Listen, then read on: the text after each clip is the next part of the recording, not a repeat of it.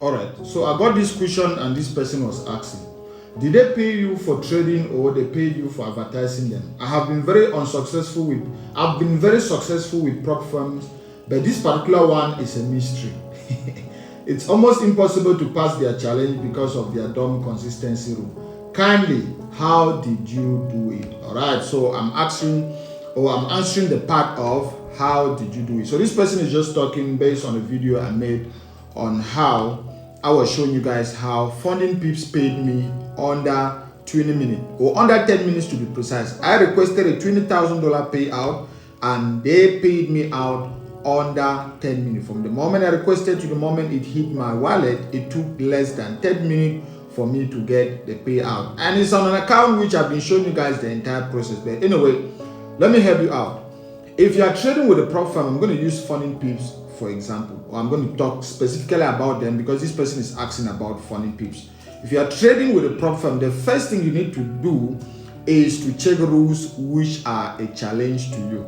If you have a problem with consistency rule, then the next thing you need to do is to check which challenge they offer. That's what a prop firm like Funding Peeps will be able to offer different challenges. So the next thing you need to check is which challenge are they offering that doesn't have the consistency rule, which is the exact thing I did. I didn't want the consistency rule as well, so I choose the challenge that doesn't have the consistency rule, and I'm going to show you guys.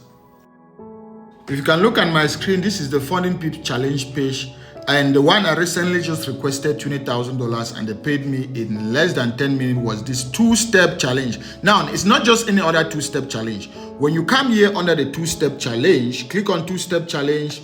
They have Funding Peeps and Funding Peeps Pro. You need to understand the differences. The consistency rule is found on Funding Peeps Pro.